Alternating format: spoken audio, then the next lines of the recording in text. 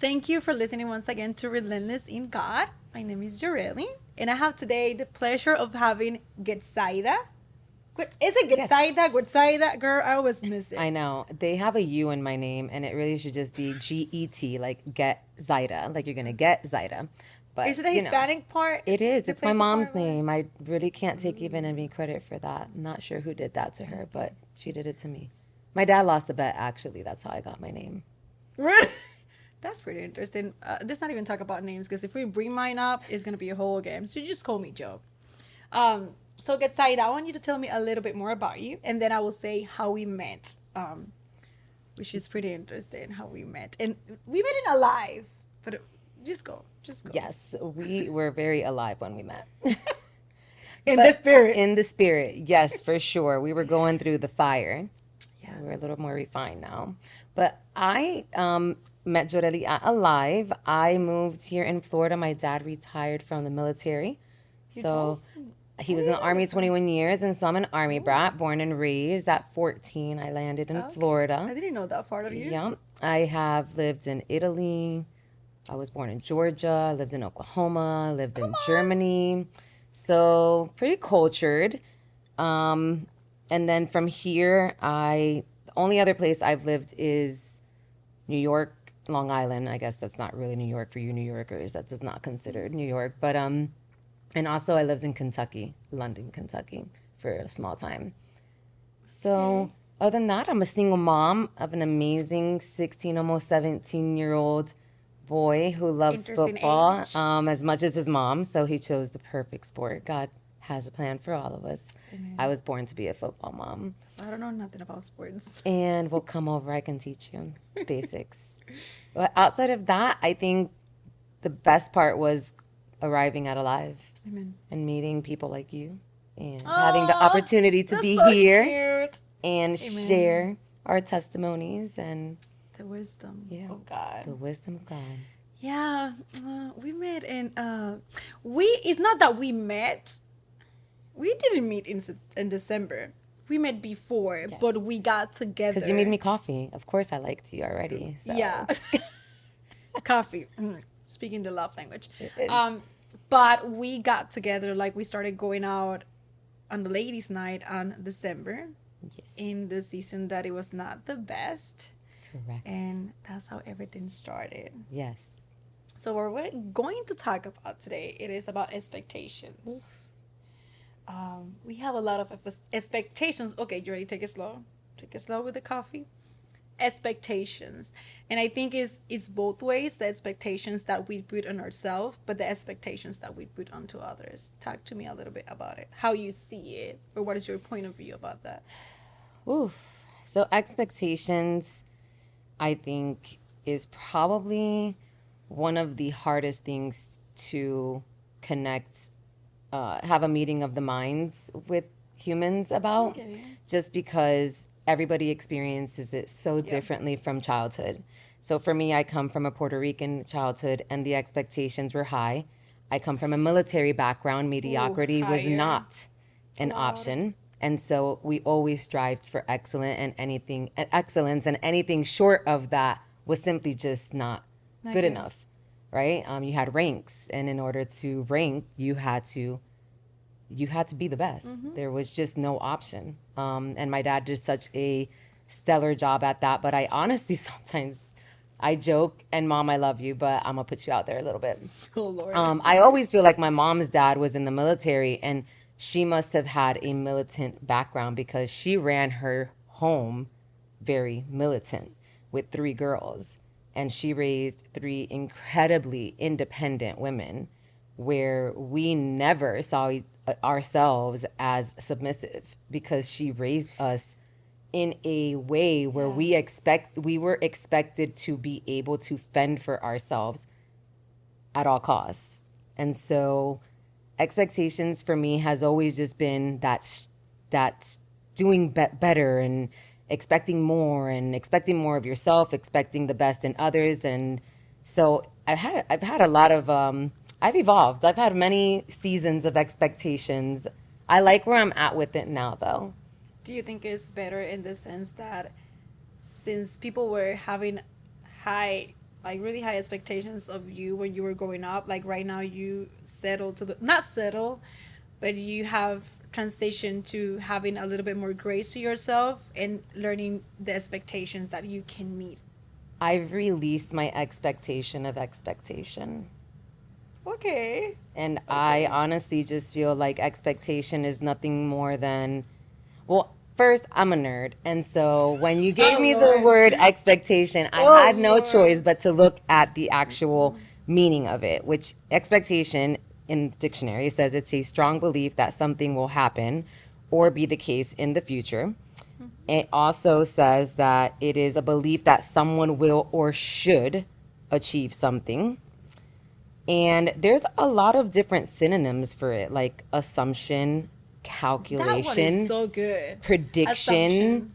projection, confidence, trust, expectancy, eagerness. Assumption resonates a lot So with there's me. so much into it. It's so much more than just a something. It's also can be an emotion, you know? It's just so many things. I mean, I think really just boils down to, you know, the word of God. And so I think Pastor Josh said something so humbling this Sunday. He gave us a verse, and it said, Luke 6:35 was, "But love your enemies, do good to them, and lend to them without expecting to get anything back. So Then good. your reward will be great, and you will be children of the Most High, because He is kind to the ungrateful and wicked." And if, I mean, the word says to give without expecting Anything in return. anything. How can you not apply that to all facets of life? I mean, it's not bad. Do you not, I don't want to tell you, do you not have expectations, or do you have expectations of everything in life? I'm a goal-minded person, True. and I don't know. For some reason, I have learned to be a little bit more flexible. That doesn't mean that I don't have expectations, but I have. I'm learning, and I have learned to either, not either, to learn even the expectations that I put on myself. I grew up with a perfectionist family, and you have to do everything right, and everything has to be done a specific way. If you don't do it a specific way, you're dumb. And that expectation was on me constantly. So I was performing on things that I was not even graced to do so. So what I'm doing now, so I used to be that super independent woman that I can do everything on my own and I don't need help from Same anybody here. because I have high expectations for myself, but I have to cover the expectations that other people have for myself. Sprinkle single motherhood in there. Yeah, Ugh. that's the part that I don't like when people meet me and they have a higher standard of me. Like, do not put me that expectation because I'm gonna fail you. I'm human and I'm going to disappoint you. But I have learned to understand me. Like for instance, I used to, I don't know if I'm the only one, but growing up, I wanted to do a bunch of things. I wanted to be an architect. I wanted to be a gynecologist. I wanted to be a psychologist. I wanted to be a teacher. I wanted to cover all those things. Was I graced for all those things? No. But growing up, I understand, okay, Julie, you have to find what drives you and what you're passionate about and you're good at it. Because you can be good with a lot of things, but are you graced for it? So I have learned to That's good. delegate things and not put so much That's pressure so of good. expectations that I have on myself. So that way I can grow in my, Jesus, what's the name? It's not weakness. It's right opposite of weakness. In your strength. Yeah, in my strengths, and delegate my weakness to other people so other people can grow too, because maybe they're graced for something that I'm not graced. I'm graced speaking, although I'm an introvert and people think I'm an extrovert. I'm graced doing certain things and it doesn't bother me. I love to serve and it doesn't cost me anything, but that's part of my gifting. Absolutely. There are some people they are not, and we're supposed to serve regardless because that's the heart of God, but at the same time there's other people that are not great, so I cannot have the expectation, and I'm learning. It not doesn't mean I'm 100% there, but I have to stop putting expectations on people because you end up frustrating, but you end up frustrating other people. It ain't easy, That is so true. and I've learned a lot with my kids about I that. have a friend, and she recently told me something where it's like, you can't expect yourself out of someone. Yeah, And I was like, that's hard oh, sometimes. okay. Because for me, common sense my dad raised me to know that, and I'm glad, but at the same time, it was a catch-22. It's like common sense is not common. And your common sense is not the same common sense for somebody's something. common sense is not the common sense that we would have. So expectation for you and myself seemed like performance, like, and I had a problem with that too. And I was always apologizing for falling short and never feeling like I could get it quite right. And I don't blame my parents at all. I mean, They did their best they with what did they their could. best, and they're good parents. They raised solid women. But it's just one of those things where you grow up and you're just going through life and realizing like you're getting the same outcome doing the same thing over. And it comes to a point where you're like, how many times am I going to hear that, you know, someone saying you're expecting too much, or like your standard, or, and it's not that you can't have an expectation. It's just that sometimes you go into it like this dictionary where you've already painted a picture of what it should be, and you've had this expectation visualized, and you haven't even met them where they're at. You haven't even seen it for what it is, and that really shifts perspective sometimes. But you have to be wise enough, because it's not that we don't have to have expectations, because I get to have my expectations. Sorry. Yeah, but if it doesn't mean because people don't meet your But expectation, they're bad. It's just my response yeah. to a expectation that wasn't met is in my control. Yep. Your And I reaction think to it. that's where you just have to be real with yourself. I was married. I had an expectation, Very good. and that expectation was for someone to deliver on who they She just got said it. that they were. And it Yeah. came on so hot and heavy, right? Like, and again, hasty decision. I do not recommend getting married in less than a year, ever. Take it from me. At least 4 seasons, okay? See like that that. person I under like that. pressure. And I think for me, it was just trauma bond, right? Looking back, thinking that I had healed, but there was something that I shared with someone that this person ignited, and it really wasn't fruitful. You Clearly. feel comfortable. That's what trauma bond does. Yeah, it was. Looking back now, I can laugh at it. um, but I don't know. I had an expectation, but when I saw with my own eyes that expectation, that picture, it was a oil painting that quickly turned into a water colors, and the rain just washed it all out. I was like, I have a choice, because I married the expectation of someone delivering on what they said, but I am in this reality. This is not what it is. Don't you think that sometimes, and I don't know if this is your case, sometimes we have an expectations, we do not communicate it, and we're waiting for somebody to perform something they're not even capable. But you have the expectation without communication, and when the person doesn't meet it, you get disappointed. But it's your disappointment because you did not communicate. You were expecting that out of the person, but did you ask the person, hey, can you Yes. feel this part out? And so when they say, when they're not okay with those confrontational questions, or when they themselves don't know, you quickly realize, okay, so these are Relationships are hard. They are, period. aren't they? They're just. But I mean, any relationship, not necessarily romantically. I think relationships, Even like friendships. yeah, they're hard. But they're meant to be hard. They are. That's when you decide: can I work with it, or should I let it go? Do not rip off people like I used to do back in the days. Just communicate it and extend grace. Oh, to like people. cut them off. I used to cut people off. When Pastor Josh was talking about that other day, I'm like, yeah, I was used to cut convicted. people off. I was like, oh, he's talking to me. I didn't wear a hat today. Ouch. Like, cut him off.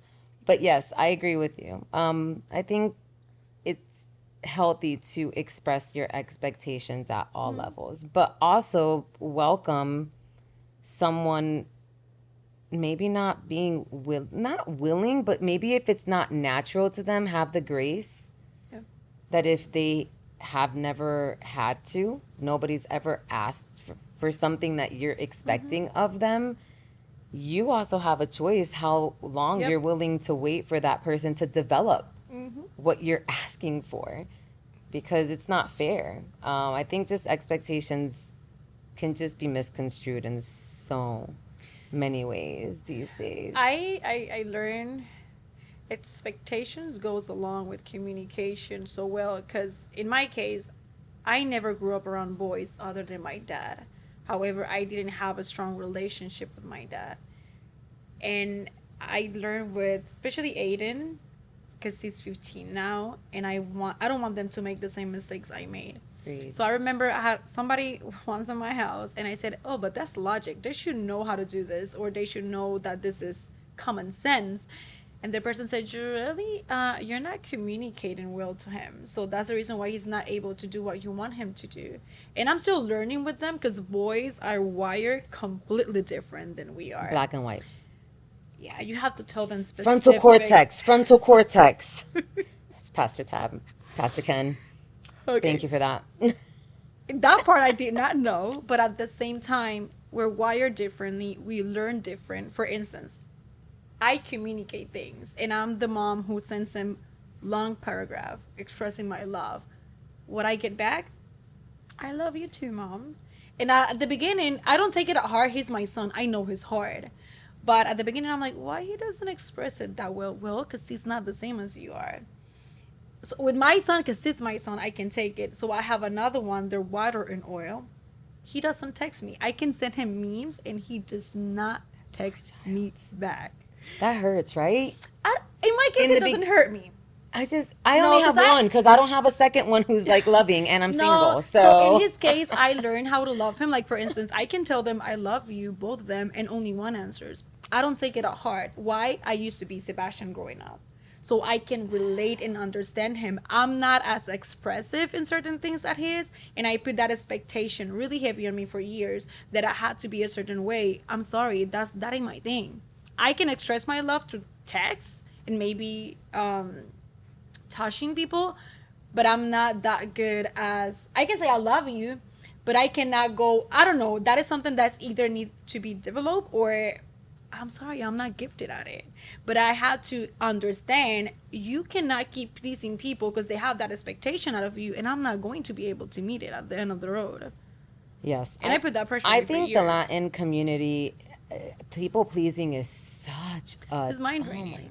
Oh my gosh, it's so draining. But we do If that I to think people, about too. the amount of times that I did things or said yes when I wanted to say no, and not anything bad necessarily, just like literally, oh, can you come help me do this? And I'm like, I'm Oh, exhausted. girl, we're gonna talk about that. Oh no. And then I'm like, no, Woo. I don't really want to. But why are you saying yes though? And it's because they see Getsaida. They see this single mom who's working, who's, been, had a failed relationship with her son's father, had to rebuild herself, and has kind of very similar to your story. And so they look at you and you're invincible. And it's almost like No, you heck have no. to hold yourself to someone's perspective of what it really is. And really, you're just surviving. But now you're just saying that, you're bringing me back to the season that when we met, although it happened way later. I remember I was crying one day, and I called one of my friends, and I told the person, I feel like I'm failing my kids, and this is so hard because I'm making them go through this. It was the expectation that I wanted them to see me. I got it all together, and I'm not gonna break, and I'm this independent woman that I'm not gonna cry. And I have learned to talk to Aiden. I told to Aiden and Sebastian one day, someday you might need to go to therapy because I might have done something to you that messed you up. But Yeah. I try to be intentional of telling them, I'm mom. I'm not perfect. I'm going to make mistakes. I might hurt you, and I might have to say I'm sorry. I have learned to tell them I'm sorry so they can learn to apologize.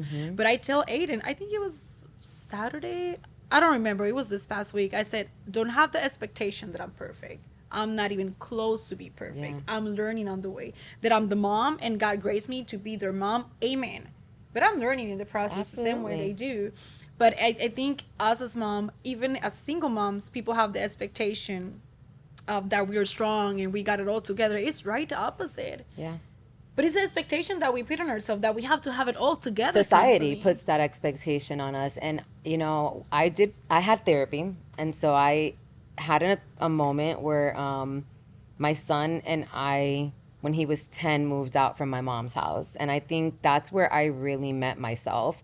And I didn't like a lot of the things that I was repeating that had been done to me. And my son was very vocal. And I was raised in a home where, you know, you were a child. You spoke when you were you know, we didn't have safe spaces. You didn't have any voice. You couldn't talk back. Like, don't talk back. Okay? Because no, don't talk back, but you didn't have a voice. Yeah. So my son started saying things, and you know, thank you, Jesus, because honestly, had I not been seeking God, I really don't feel like I would have heard the message behind what he was saying, because what he was saying back to me was hurtful. He was responding and reacting to what I was saying, but I heard past it like, oh, I remember feeling like that when I was little.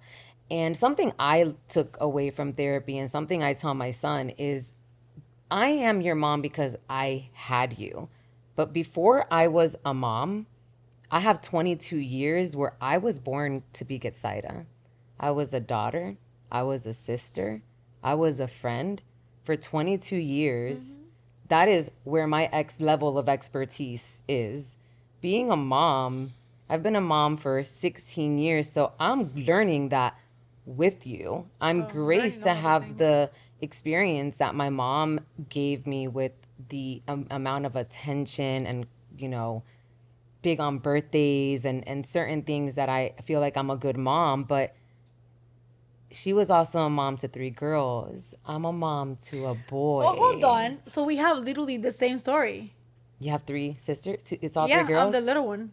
Oh. I'm the little one. I'm sorry. Did your middle sister give you trauma? No. I tell my little sister, if you need me to pay for one of your therapy sessions, I'm sorry I bullied you. No, I don't actually know. That's the one I get the best with. Me and her get along now, too. Traumas? No. If I have trauma, it's because I put an expectation of my sister when she turned 18 that she couldn't fulfill. She got married pretty young, and she was my role model. And when she told me she was about to get married, I was heartbroken because she was my sis. But of course, she had to do her life. Other than that, if she ever hurt me or do something to me, it doesn't come to my mind at this moment. But we were close together, and we still talk, like, not every day, but we talk weekly. I didn't know. I wasn't trauma like. No, I know what you're saying. So my little sister was a girly girl, and I was a tomboy, and so like I liked decapitating her Barbies, and wow, you know, kind of like stuff like that. You know, like it wasn't like I don't know. You. Oh my God, that's rude. I was G.I. Joe. I was like G.I. Jane, and she was like all dainty, and you know, I had stitches, broken bones. Like I was that daughter. And you're complaining because. Yeah, so I was meant to be a boy mom, for real. I feel like I really was. I'm rough around the edges. I'm like, I talk X's and O's at home. I know you don't know football, but like for me, I'm like, I'm the head coach here, okay? I told you what route we're running. You don't get to say what we're doing, all right? I'm QB, you're wide receiver. Hold on, Let's go. Because I cannot miss this one up. Okay, hold on. I cannot miss this one. How much time we have? 5 minutes. Okay. So, Getsaida, because you used to be the strong and the tomboy. Stop proclaiming that to yourself, because the reason why I'm bringing this up is just because of this. Don't you think that you being a strong woman like that to him is not, and it might be right or might be wrong, might not allow him to be in his masculinity? So I honestly have struggled with that, right? I think it's However, I don't think so. I'm a girl who loves sports. No. The sport is fine. And I've always just been a strong-minded woman, and I don't think that has anything to do with my parents' upbringing. Because in the privacy of myself as a young girl, I have always been very set on, I have never been scared to argue my point at whatever cost. If it costs me being grounded, I am a passionate person. That I cannot blame on being Puerto Rican. I think that you're sometimes born as a, now have I learned to ease into my femininity so that he can be a man? Yes, but I feel like if I was anything less than what I really am, to cater to, not cater, I don't want to say that. I know how to turn it on and off now, but at the end of the day, I am who I am. And it's not one-upping him. I think it's just like, I'm good with who I am and I know how to stand firm on that. I don't feel like I have to puff my chest out to be who I am. I could just be like, nah, homeboy, it's not happening. And he knows that even in that small tone, I mean what I mean, and I'm not gonna budge on it. And I think there's a beauty in that. I think that I've always been somewhat very true to myself. I feel a lot more true to myself these days because I have rid myself of everyone else's expectations of me. And so I can just be really honest and not feel so bad about saying no these days. And I feel like I give people the space to do the same. But I don't think that I am showcasing anything. I don't want to be a phony either at the sake of him needing to see someone who's a little bit more feminine. Because if you call up any of my friends from middle school, I didn't have anything to show off to people, but I was balling and I loved flag football and I loved basketball and I loved softball. And I just think that with that kind of person, I don't know, like when he used to get hurt, it's like, are you bleeding? Nah, you good. Just brush it off. Keep it moving. Like, I don't know. I'm not that, oh my God, get a little, it's no me nace. Like, so if it doesn't come naturally to me, I just feel like, at that point, I do get what you're saying, but he's my son, not my man. No. And, like so, and I want him to know that one day you may come across someone in a company that is a woman who is in power, and that does not make you less of a man. You need to know who you are as a man and know who she is as a woman and have an equal respect. But I also think that, like, it's just different for every woman depending on where she lands in that feminine role. No, and the sport has nothing to do. Don't take me wrong. Everybody has a different perspective, which is completely allowed. In my case, I love how we're using the word perspective so many times, even though we settled on another one. No. So the reason why I'm saying this, just to wrap this up, is, and you're good on your perspective. If you feel good about that and you feel that that's the way you have to flow, that's you. In my case, I have learned I don't want my kids to, how can I say this? I'm raising 2 boys and I don't want them to get attached to a woman that is so strong that does not allow them to be the head of the house. Hold on. Understood. The reason why I say this is my biggest mistake that I made when I was married, and I wanted, because I didn't know any better. I was the head of the house in every sense of the way. Okay. I was the one crushing him down, so I did not allow him to be the man. I'm not saying that what he did was right, but if I say I do the same thing to my kids, I'm going to have men that are going to have women literally putting them down constantly because they're that strong woman. I'm not going to allow you because I can do it all on my own. No, there are things that boys are grace and God gave them things in specific to do because God called them for that, and I'm not gonna do that job because that's not my job. And of course I'm raising them and I have to be their mom and their figure. I cannot replace their dad. I cannot do that. No. However, I have allowed them to have a voice, and I'm asking God the wisdom because I did not grow up around boys about how to be a man. But I don't want them to see, my mom is a strong mom. They are literally going to look for the same person, myself, a reflection. That is the norm. For some reason, people change that curse of generation. However, there's some boys that will look the same in the other. How can I say this?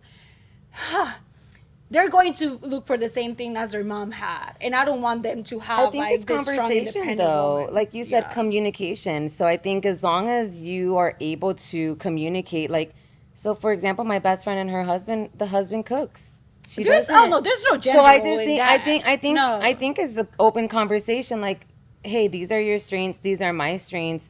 We're a team. So Yeah, again, I yeah. always talk There's no about gender team. roles in So I cooking and mean, for doing me, those it's like things.